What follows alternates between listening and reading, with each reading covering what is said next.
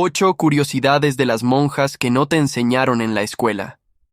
Los conventos esconden secretos que pocas veces salen a la luz, y hoy vamos a revelarlos. ¿Te imaginas lo que sucedía realmente dentro de esos muros sagrados?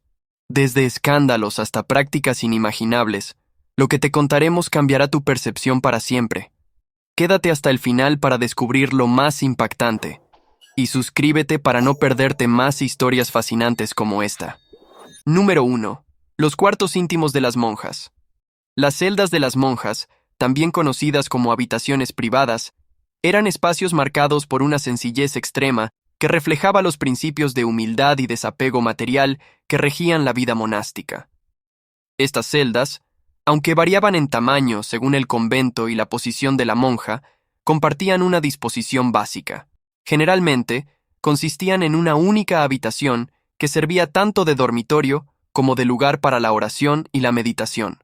El mobiliario era escaso: una cama sencilla, una mesa pequeña, una silla y algún tipo de estantería o armario para guardar los pocos objetos personales permitidos, generalmente libros de oración, rosarios y alguna imagen religiosa. El ambiente austero de estas habitaciones ayudaba a las monjas a concentrarse en su vida espiritual, pero también era un espacio de intimidad y reflexión, donde podían retirarse para la oración y encontrarse con ellas mismas y con Dios. Aunque podían personalizar sus celdas con objetos religiosos, las decoraciones eran mínimas. Número 2. Monjas estigmatizadas. En la historia del cristianismo, algunas monjas han sido conocidas por experimentar un fenómeno místico conocido como los estigmas. Estos consisten en la aparición de marcas en el cuerpo que replican las heridas sufridas por Cristo durante su crucifixión, como las llagas en las manos, los pies y el costado. Los estigmas, considerados por algunos como un signo de gracia divina, eran vistos como una manifestación física del sufrimiento compartido con Cristo, especialmente en su pasión. Monjas como Santa Catalina de Siena y Santa Francisca Romana son dos de los casos más notables, siendo figuras que, según relatos de la época, experimentaron este fenómeno de manera visible e invisible. Santa Catalina de Siena, por ejemplo, mencionaba sentir las marcas de una corona de espinas alrededor de su cabeza, aunque éstas no fueran visibles para los demás.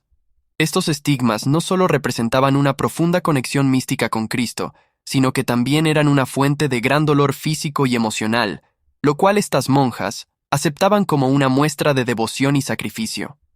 Número 3. Secretos en el exterior. A pesar de vivir en estricta clausura, muchas monjas lograban mantener contacto con el mundo exterior a través de cartas secretas, burlando las restricciones impuestas por los conventos.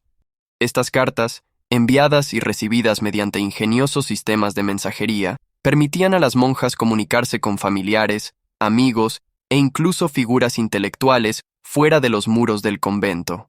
El uso de códigos y mensajeros confiables, como sirvientes o trabajadores del convento, les permitía mantener correspondencia sin ser descubiertas por las autoridades religiosas. El contenido de estas cartas abarcaba desde temas personales, como la salud de familiares y eventos importantes, hasta debates filosóficos y teológicos, lo que les permitía seguir participando en la vida intelectual.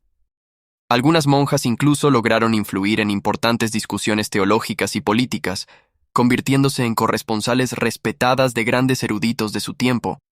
Además, las abadesas necesitaban este tipo de correspondencia para gestionar relaciones con benefactores y mantener el bienestar económico del convento. Estos intercambios epistolares demostraban que, aunque físicamente aisladas, las monjas no estaban completamente desconectadas del mundo, y sus cartas revelan una sorprendente capacidad para desafiar las limitaciones impuestas a su vida religiosa. Número 4. La monja de Monza. La historia de Virginia María, más conocida como la monja de Monza, es uno de los episodios más escandalosos en la vida conventual del siglo XV. Ingresó al convento a una edad temprana, pero pronto se enamoró de un noble local, Giovanni Paolo Osio, con quien mantuvo una relación amorosa secreta durante varios años. Esta relación fue facilitada por complicidades dentro del convento, incluidos otros miembros del clero, y se mantuvo oculta a través del uso de túneles secretos y llaves falsificadas. Virginia María dio a luz en secreto a 2 hijos de su relación con Osio, lo que eventualmente llevó a que las autoridades eclesiásticas descubrieran el escándalo.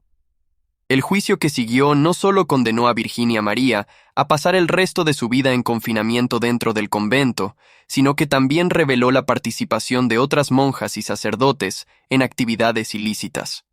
La monja de Monza fue castigada severamente, pero su historia destaca el conflicto entre la represión de la vida religiosa y los deseos humanos, así como la facilidad con la que incluso aquellos en posiciones de poder dentro de la iglesia podían caer en la tentación. Si te está gustando este video, recuerda apoyar con un like. Número 5. Benedetta Carlini.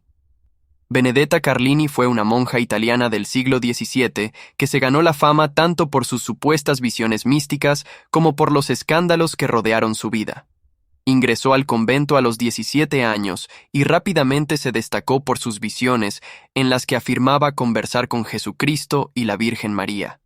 Estas experiencias la llevaron a convertirse en abadesa del convento de Vellano, donde sus visiones se volvieron cada vez más intensas, afirmando que era la novia de Cristo.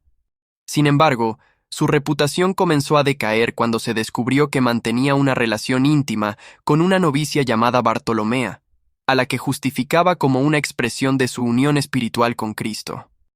La situación llegó a tal punto que las autoridades religiosas investigaron su vida en el convento, descubriendo no solo su relación con Bartolomea, sino también una manipulación emocional sobre otras monjas. Benedetta fue arrestada y condenada a cadena perpetua, muriendo en prisión en 1661.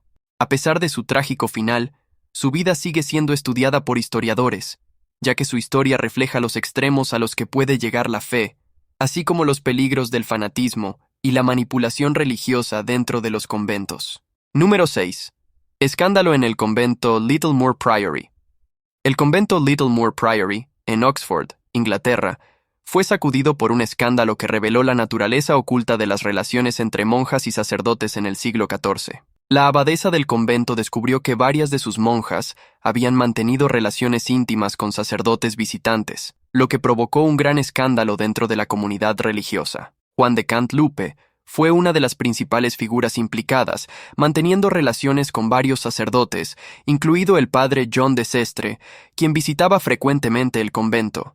La revelación de estos encuentros llevó a un proceso de arrepentimiento público por parte de las monjas involucradas, siendo Juan de Cantilupe excomulgada y condenada a pasar el resto de su vida en clausura. Este episodio no solo dañó la reputación del convento, sino que también expuso las debilidades dentro del sistema eclesiástico, generando dudas sobre la integridad de la Iglesia en Inglaterra. El convento, a pesar de sobrevivir algunos años más, finalmente fue disuelto durante la Reforma inglesa bajo el mandato de Enrique XVIII. Número 7. El convento N. Bros.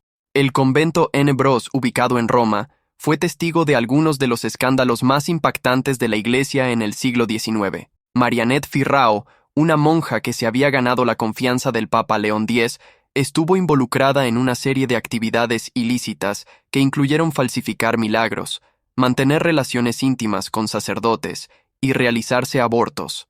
A pesar de la gravedad de sus actos, el convento no fue cerrado y las actividades corruptas continuaron en secreto. Firrao no actuaba sola, ya que otras monjas y sacerdotes también participaban en la falsificación de reliquias y documentos sagrados que luego vendían a peregrinos. La corrupción se extendía incluso más allá de los muros del convento, involucrando a altos funcionarios de la Iglesia que protegían y participaban en los beneficios de estas actividades. Número 8. La cocina del infierno. Durante la Edad Media, los conventos eran lugares de intensa actividad espiritual y doméstica, y la cocina no era la excepción.